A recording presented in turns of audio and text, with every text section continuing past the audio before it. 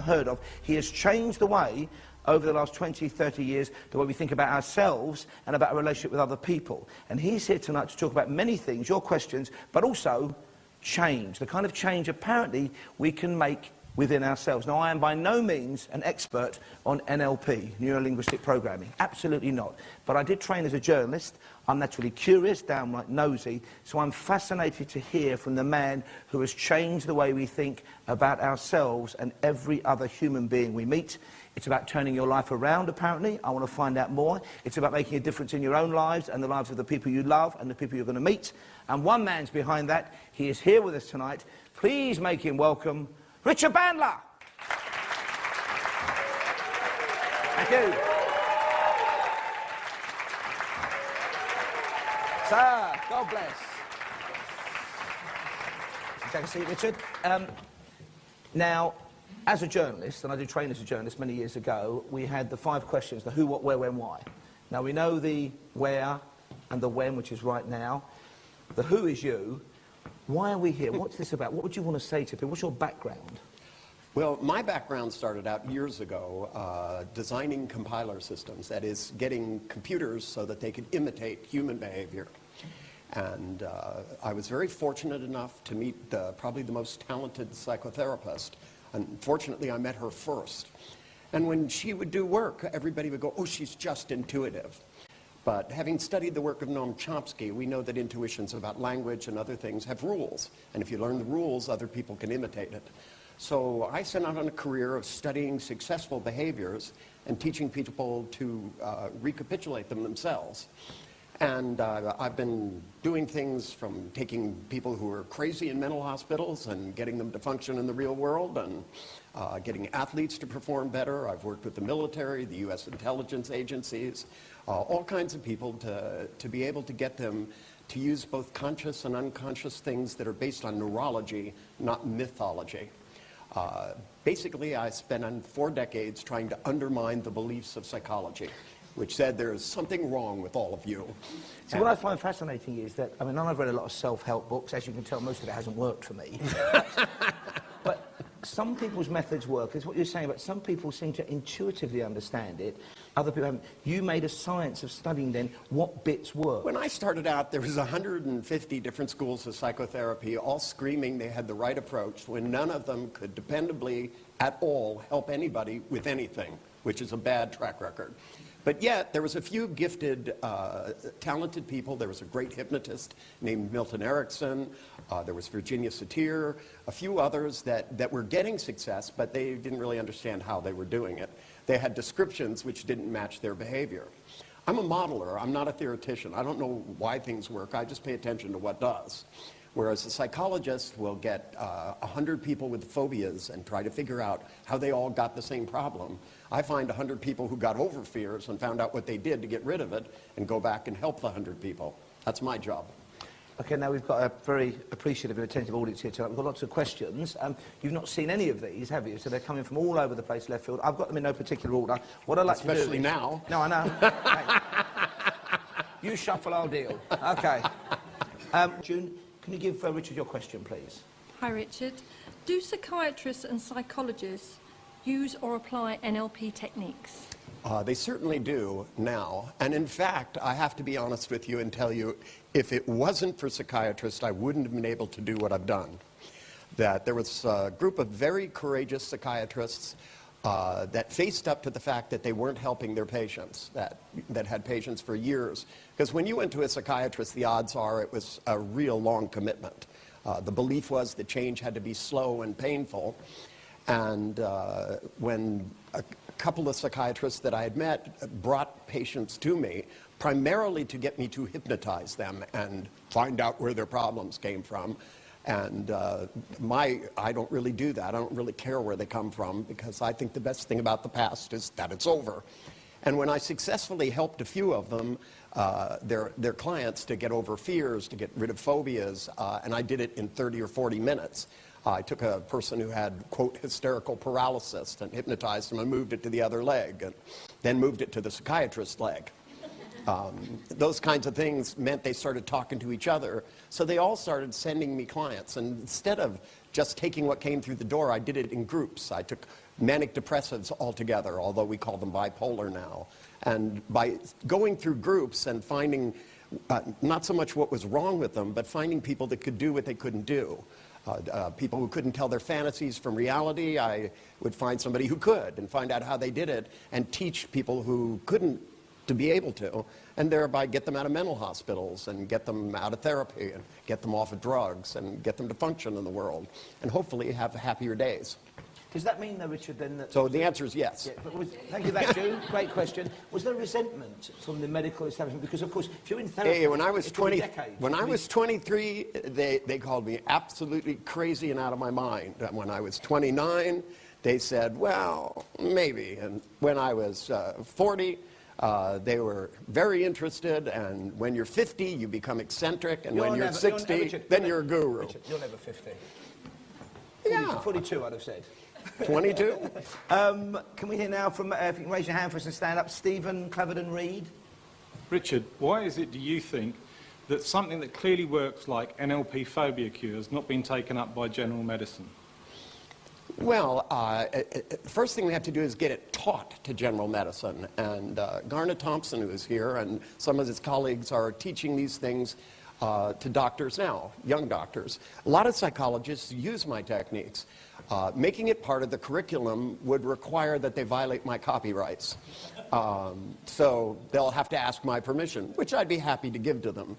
But remember, a lot of these teaching institutions, the way in which we train psychologists and the fact that psychologists are all made to do statistical studies, which is, and all of this stuff has been institutionalized. Our whole educational system has been way too institutionalized. It's not based on what you can accomplish. A PhD psychologist graduates without knowing anything about what to do when somebody walks in their door. You know, at least in medicine, you become a doctor and then you do 3 years residency. Well, you know, you become a psychotherapist, you have to go to seminars, you have to go out and then learn to do it. Those 4 years you spend getting a degree in psychology and another 3 getting a PhD, there isn't really hardly anything in it about what you do if there's somebody in your office going, ah! You know, they just don't have any training that's designed to do that. And hopefully that's changing. You know, it's like now a lot of young psychiatrists are being taught what pharmacology is all about. We know a lot more about the brain. We can see it now. We have MRIs and PET scans, and we have electron microscopes. We know how neurocortical pathways are designed. So those of us that are at the forefront of creating behavioral technologies are the kind of people who are taking advantage of all of that. I personally, in this country alone with Paul McKenna, have trained over 60,000 people in seminars. So it's out there, but most of them are keeping quiet about it because they're afraid they'll get fired.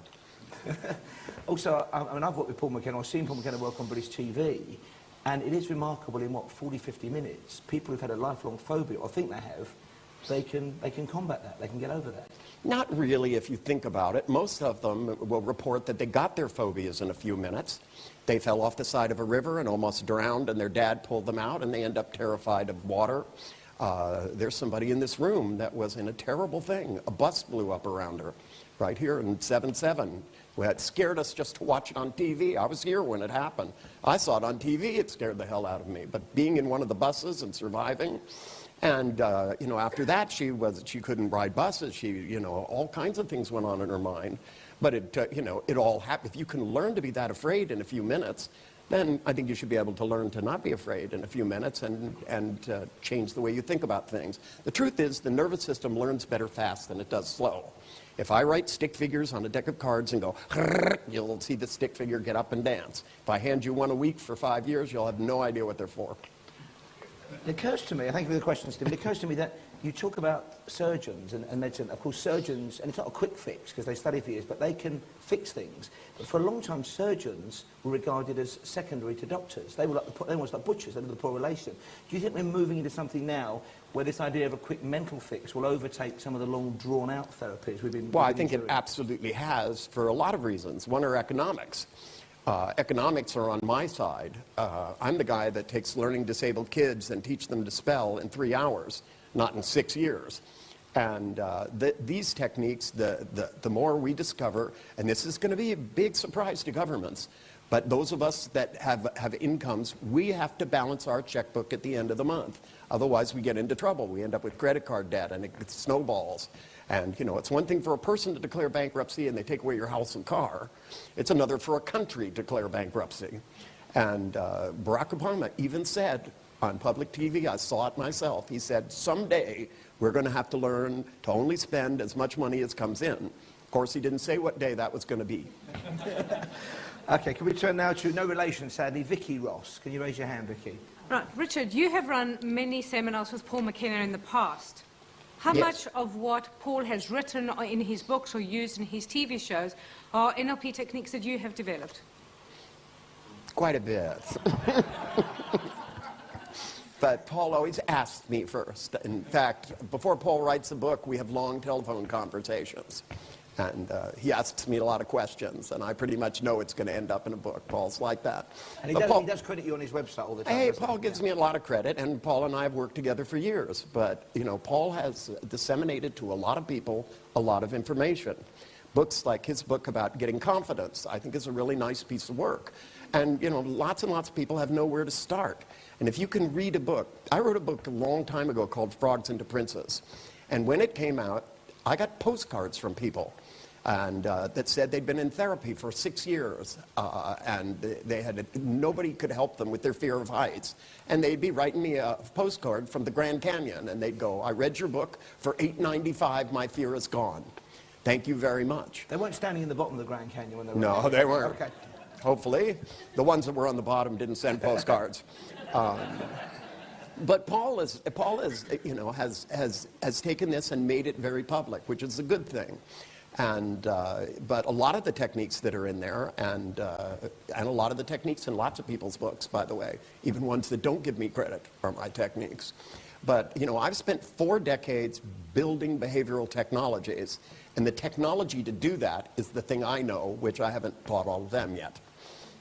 Thank you, Vicky, for that. I hope that answers a question. Chris King. Where's Chris King, please? Lovely. Can we have your question, please, Chris? Hi, Richard. Hi. Could you explain your involvement in the creation of neurosonics and the mind spa? And tell us what they are, first of all, for ignoramuses like me. Thank you. Well, let me start with the neurosonics. The neurosonics technology was really sort of the brainchild of somebody named Paul Donner. Paul Donner, who also owns the Mind Spa company, wanted to be able to create a set of tapes that, and they were tapes in those days, now they're CDs, and pretty soon they're going to be downloads. But originally what we did is we went in and we constructed music, and underneath that music there's waveform resonance patterns, because when you pluck one string on the piano, others vibrate. So what we did is we measured states of consciousness, like alpha, and we found out when people are being creative, they're in an alpha state and they have high theta spikes. So we created a series of brainwave resonance patterns. They're way below human hearing. Probably only an elephant could hear them. And, but when these waveforms underneath nice music and with a double hypnotic induction and instructions about doing NLP patterns, there are 6 in them. One's called Designing Your Destiny, and one is about you know, having more passion in your life, and one's about being more determined and ferocious. This set of 6 was to see, for me at the time, I was getting more clients than I could deal with. And I wanted something I could give to these people, and I figured I could knock maybe 70 to 80% out before they got there. And then we went one step further, and that's where there were a lot of light sound machines that were supposed to put you into altered states. Unfortunately, one of the companies made medical claims that you could heal yourself with it. And suddenly, in America, they outlawed them all. You know, it was like overkill. And, but what we did is we did the same thing. We measured frequencies in the brain and designed a machine with light and sound that we could change those light patterns and get people from one state of consciousness. Some of the programs are designed to get you into alpha to rax. Some are to increase your creativity. Some are to make you more ambidextrous in your physical movements and your thinking. There's one that's to wire you up, you know, better than cappuccino. and those are downloadable, and the machine itself is a tool to get you to be able to alter your state of consciousness. I mean, there are many ways to do that. Some people do it by taking drugs. Some people do it by meditating. People, as far as I know, from the beginning of time, have engaged in rituals of drumming and chanting and dancing to alter their state of consciousness. The technological age that we live in now, I want to make these machines not just things that stress us out, but things that teach us things. Like I have a little iPhone app out now, and it's a game you play, and you can only win by being really relaxed. It takes the accelerometer in the phone and measures the difference between conscious and unconscious movement. And instead of racing through a track getting all stressed out, you have to get really mellow and really still and really calm. In fact, it's called Be Still. Thank you for that, Chris. Great question there. You mentioned there that these light box things were then banned or were prohibited. Have you had... They were in the US for a period of time. They're not anymore. I know in the past, some people regard as pioneers, like Wilhelm Reich, for example. That's a Reich machine. It's a slightly different device. But yes. Again, have you encountered that? Have you encountered people having reservations, or even thinking maybe what you're attempting to do with some of these new technologies is dangerous? As far as I can tell, everything I've ever attempted to do, somebody somewhere has thought was dangerous. I went into an elementary school and took I think it was 8 or 10 of the most learning disabled kids in the school, and I took them for an hour for a week in a room and taught them things. For example, I taught them what good spellers do. They make pictures of the words where the letters are this big. And I taught them to look at a word, put it in their mind, and make it really big. And I taught them to make the letters all different colors so they could read it forwards and backwards. And I taught them how people actually multiply and how people actually add, and by installing these things inside their mind, and sent them back into class, and they went from being at the bottom to being at the top. And the response of the teachers wasn't, gee, teach me to do that. It was, are you involved with Satan? And I guess if Satan's a good mathematician, I am, but other than that, I think that's a crazy response. There's always been some, because I've done some fairly outrageous things to help schizophrenics, you know. I mean, I have to admit, some of the stuff I did was pretty much over the top, but I had to do something over the top to get them off the edge where they were and back into being more sane. A lot of people, when I started doing hypnosis, they went, oh, hypnosis is bad, and it doesn't exist. So I've encountered that a lot, but not that much. I mean, you know, people think I've encountered tremendous resistance over the years. People who are scared run away, and people who are interested come closer. And there have been, as far as I can tell, more people that have been interested in what I'm doing than the ones that say it's a bad thing. I've got a personal question now. I've obviously researched a bit for this and read a lot about you. What does DHE actually mean? What does it stand for? What does it mean? It stands for Design Human Engineering. Neurolinguistic programming, you take a mental strategy from one person and you put it in another.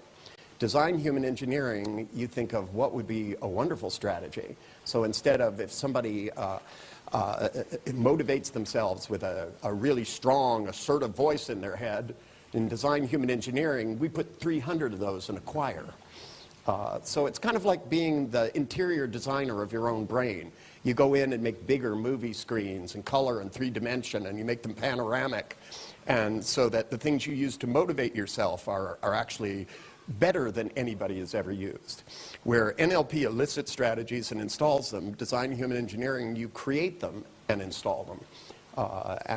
We use a lot of machinery to do it. We teach people to look at holograms and see them. We teach people to build magnifying glasses in their mind and use them to magnify things on the outside.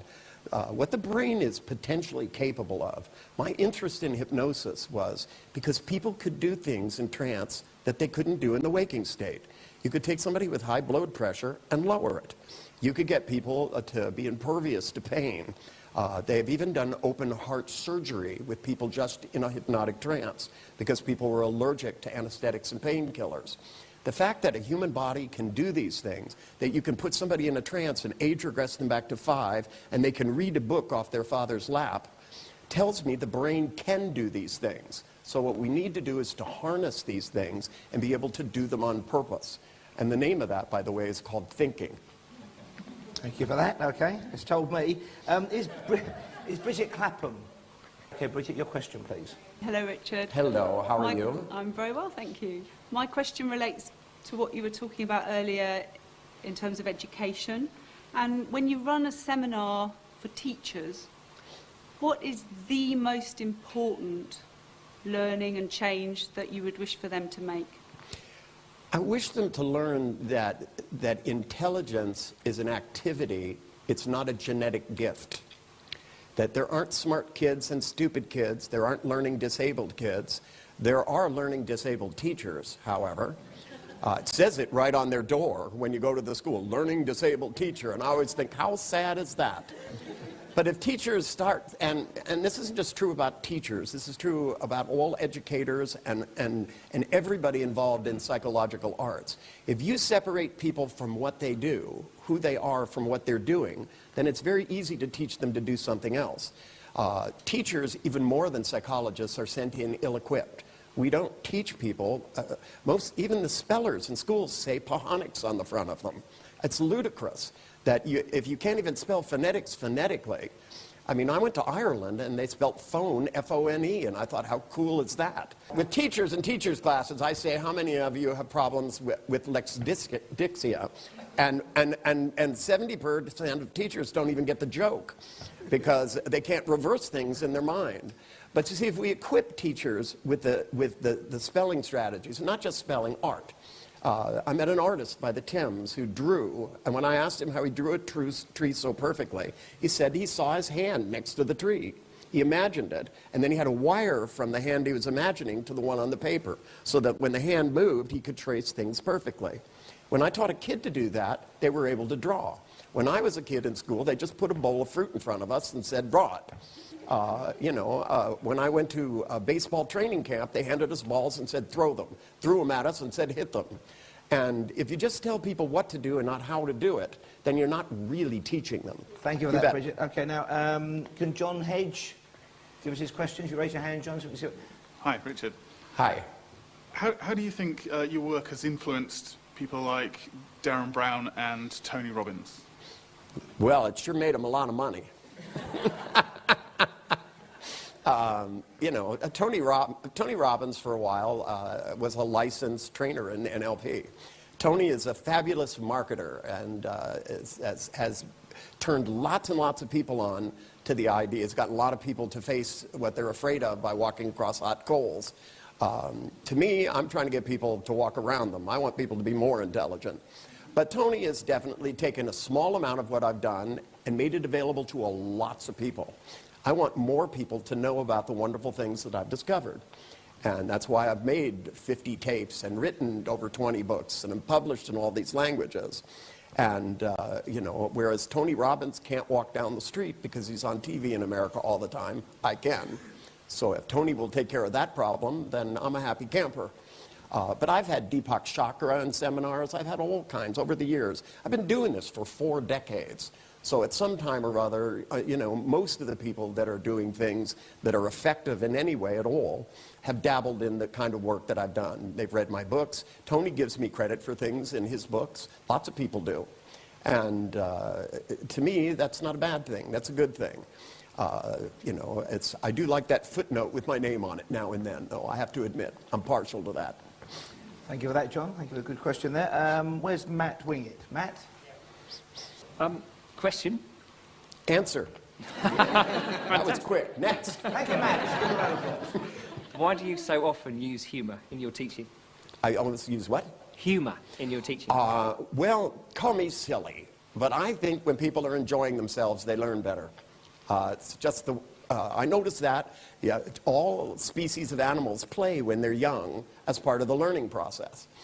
And I've discovered if I inject humor into my teaching, that what people learn, they remember and use more often. And I think it has to do with neurochemistry. That when you're smiling, it releases serotonin into the brain. When you're having fun and laughing, oxytocin is in your brain.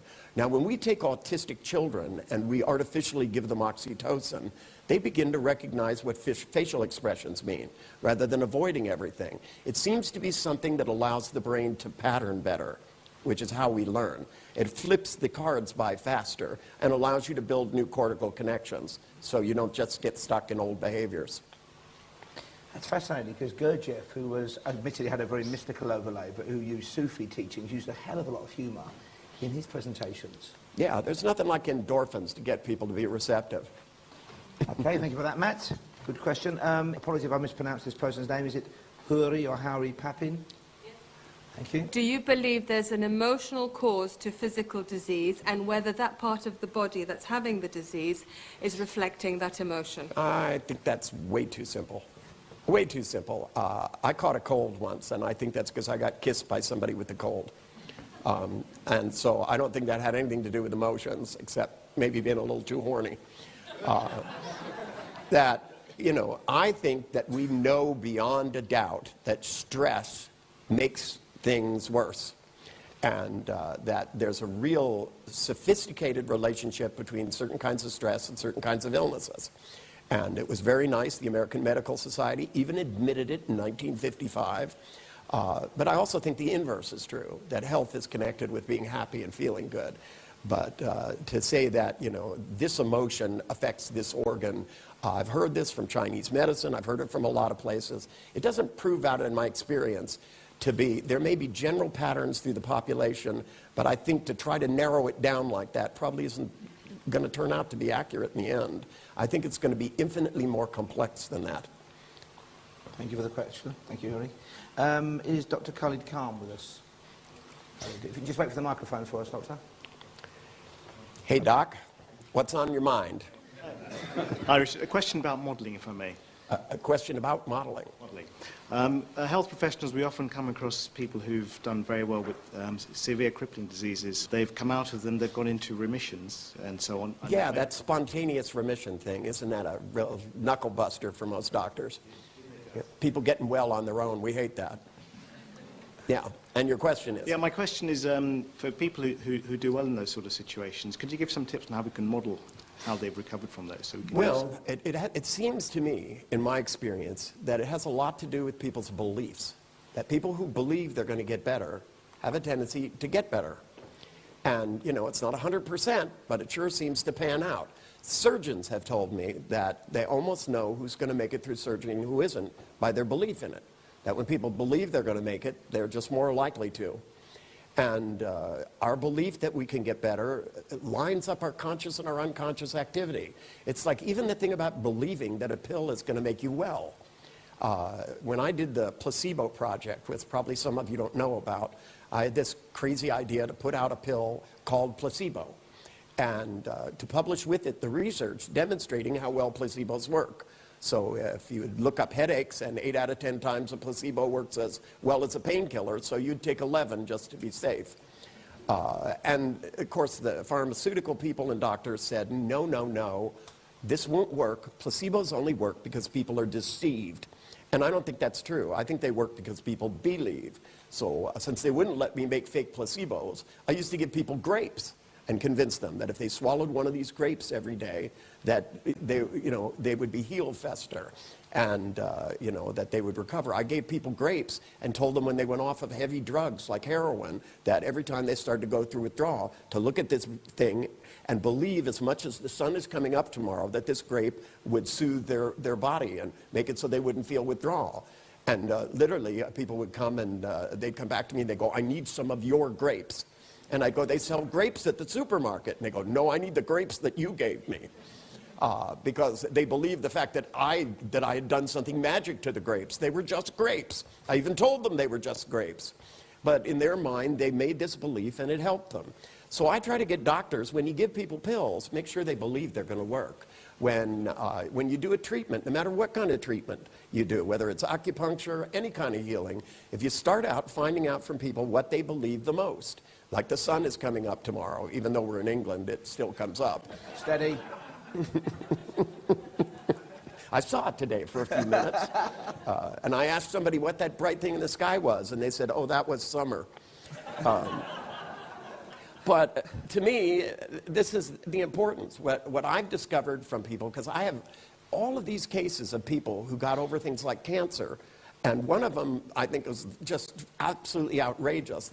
They told this family to take the grandfather home. They set up a hospital bed, and they said it would be better if he died at home, but they didn't tell him. So he got home, and 3 weeks later, he started getting out of the bed. And then 6 weeks after that, he started going in the backyard. And 2 months later, he's gardening. And the family finally call up the doctor, and they go, "How long is this going to go on?" And he went, "How long what?" And they went, "Our grandfather's in the backyard gardening. And, and he's not taking his medicine, and we don't understand." And the doctor said, "Bring him in."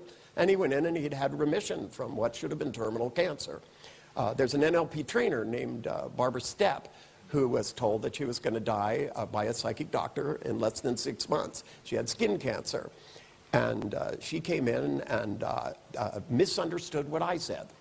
I tried to get people to look prettier by using hypnotic age regression. I noticed when I hypnotically age regress people over and over again, they looked younger. So I picked the 3 people in the audience that looked the worst, and she was one of them, brought them up, age regressed them, and had her go look in the mirror, and she just didn't look sick anymore. And she went home and did it every day herself. And, this was 30 years later. She's still alive. In fact, she went to her doctor's funeral. Thank you, Dr. Cully Khan there. Garner Thompson. Where's Garner Thompson? Richard, you've met many brilliant and innovative people in your time. Who stands out as particularly influential to you in terms of your work and your approach to it, and how? Well, they were all influential. All the really bright people like Buckminster Fuller and a lot of people, they all influenced me differently. Certainly, the work of Milton Erickson influenced me really intensely for a couple of reasons, because Milton got results that nobody else could get. And unlike most hypnotists that had all the rules about how you did hypnosis, Milton did everything covertly and under things. He took a lot longer than I'm willing to take. But he never believed that you couldn't take the most dysfunctional person in a mental hospital and get them to have a real life on the outside. And whether somebody was in a hospital completely delusional, they had patients that spoke absolute word salad, crazy as a loon, and they'd come in and talk word salad for 2 sentences, he'd speak 2 sentences back, and then they'd talk to him for 4 hours like that, and he'd talk to them for 4 hours back. He had an infinite amount of patience, but he had this belief that you could help anybody. And to me, that's one of the most important things. I actually didn't like him very well. Him and I did not get along. He liked me even less. But he understood that what I was doing would make his work available to more people. And what I understood is that he could teach me more about impacting people, both consciously and unconsciously. Thank you for that, Garner. Fascinating answer there. A couple of slightly handbrake turn now, if you don't mind, Richard. A couple of quite specific questions with a sort of medical leaning. So I don't know how. Yes, okay, I'll try to be more serious. Okay, the first one is from Tiffany Banks. I was told that basically the only way that I can have a child is by IVF. And I was basically wondering if NLP can help me to prove the doctors wrong. Okay, the first thing is NLP is not alive. Okay, there is no such person as NLP. The technology of NLP certainly can help you. Garner Thompson here has done this over and over and over again. And for a gay guy to get as many women pregnant as he has is a real miracle. Don't stand too close to him, Tiffany. That's all we're saying. Yeah. So you might want to chit-chat with him after the course, because all people who get into NLP, or at least a lot of them, have a tendency to focus for a while on one of these impossible problems. And whenever a doctor tells you that there's no hope, there's only one way something can be done, the lost performative kicks in. As far as he knows, that's probably true. But as far as the universe knows, there's an infinite number of possibilities that haven't been thought of. Fortunately for you, there's some that have been. And so the trick is to find the right person to do the right thing. When you go to somebody and they say, "I cannot help you," sometimes they pronounce it like this. They go, "You can't be helped." And your brain has to go as far as you know, and then look for somebody who has a better answer. Well, good luck with that, Tiffany, and God bless. I've come to the end of the written questions. I don't know if anybody else has got a question that's not on the list, if you just want to raise. The lady in orange has one. I know she is. Okay, if we can get the lady at the back first, we'll come to you in a second, madam. Michelle Paradise. Hi, Richard. What was your name again? Michelle Paradise. I love your name. So do I. Yes, Thank you. Miss Paradise. Thank you. How can NLP techniques help people with destructive addictions? Well, I've worked a lot with very addictive personalities. As I started to become more famous, one of the first crews of people to come in were rock musicians who have very addictive personalities. What I found out is that this falls in the category of people who make really bad decisions even when they know better.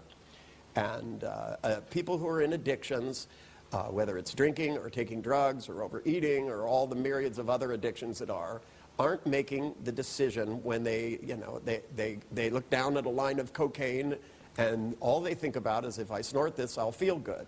They don't run a long enough movie. They don't run through the 3,000 lines and losing their wife and not being able to see their kids and getting kicked out of the band and being homeless with a shopping cart and passing out in an alley and having somebody piss on them. That if you run a little bit longer movie, sometimes you don't do that. The other thing is when people are kicking drugs, when they quit smoking and when they're dieting, when they get hungry or they start to get the jitters, they think, because it always has, means they're supposed to take the drug to feel better. Instead of getting in their mindset, I'm going through withdrawal. I got to do this for 3 weeks. The end of 3 weeks, I'm going to be a free person. And every time it feels worse, you go, I must be doing exactly the right thing. I have trouble with the whole Alcoholics Anonymous thing that once an addict, always an addict. I think the cure for me, and when I've worked with serious alcoholics, I take them out at the end and make them drink. And then, because if they are out of control, I haven't really helped them. I think real control is being able to do something and say no and stop. And, I told a reporter once, and it's probably a big mistake, that when I was younger, I took some drugs, and one day I decided not to and just stopped. And he, of course, the newspaper said, Richard was a drug addict. Not really. I'm an addictive personality, but I'm also Jewish, and I don't like spending money on things. Drugs were just way too expensive. Cigarettes, the same thing. They raised the price of cigarettes, that got me to quit. But when I quit, I didn't really go through a lot of pain because my brain, I made a decision that I was going to quit. And then when I felt like I wanted a cigarette, I went, I'll never have to feel this way again. And after I do it, it would just disappear really fast. My mother did the same thing, and I've helped lots and lots of people to get through really bad addictions. Heroin, which is one of the worst. Methadone is absolutely the most addictive thing I have ever helped somebody out of. I've never seen withdrawal like people have from methadone. Heroin, nothing compared to methadone. Terrible drug, and they give it to people instead of heroin. So they give you something that's not as pleasant, but 10 times more addictive, but it's sold to you by a corporation instead of some guy at the end of the street. To me, you don't replace one addiction with another. You get people to get control of their neurology and have a little determination. Little determination, you can beat any addiction. Is Jackie Davis around? Can she raise her hand if she's in the house? I believe I've heard you say that love never has a happy ending. No, that's not what I said. I said all love stories end in tragedy because if you're truly in love, unless you both die in a plane crash together, one of you is going to go first. And to me, that understanding that is part of what gives people, when they're sad, something, if they realize that this is a part of it, that if they didn't really love the person, they wouldn't be sad when they die. And when you understand that this is the risk you take to fall in love, it becomes very worth it. If you get 30 years of deep love with somebody or 2 weeks of deep love with somebody and you miss them terribly because something tragic happens, when you understand for it to be a true love story, it's going to end in tragedy. Some way or another. This happens, you love your parents and eventually, your parents will die. There are all kinds of tragedies that are like this. But, this is part of what happens when you love somebody. And when it happened to me, when I lost somebody that I'd been married to for many, many years, was Robert Anton Wilson that wrote me a letter. And a lot of people were trying to console me, and I was pretty inconsolable. I was ready to go to heaven and kill God myself. But Robert Anton Wilson wrote me a letter, and he said, that he had found these words comforting to him. And I found them very comforting to me. It's when you lose something important, you can't lose sight of the fact that it was. And for me, it allowed me to focus on what I got to enjoy and stop thinking about the bad ending. When you ask me, is it possible, the answer is always going to be yes. I may not know exactly how to do it, but it doesn't mean it can't be done. It's a fantastic, positive note, Turner. Thank you for your questions. Thank you all for your questions. Can we please have a huge round of applause for Mr. Bandler for his time this evening as expertise. Thank you. God bless. Thank you very much, everybody. Thank you. Thanks very much. Richard Bandler. Richard is always entertaining and often challenging, and he's left the audience with a lot to think about. I've tried the hypnotherapy on certain things and it's helped me enormously. And now I'm adding the NLP side of things, so I've seen a natural growth in all that I do. Yeah, well, so I've never been to an evening like this before, so I didn't really know what to expect. And, you know, well, basically I was quite blown away by it all on the whole, and the way the man sort of broke everything down and explained it to, you know, a vast audience and simplified things in a sense was very interesting, should we say. I definitely, when I came here, I didn't know what to expect, and I really thought Richard was fantastic. It just shows you we can achieve whatever we want to, and if we get hold of our problems, you know, when we recognise it, we can solve them and do it in a very humorous way as well. So yes, I really enjoyed it, and I will be in contact with Richard as soon as possible.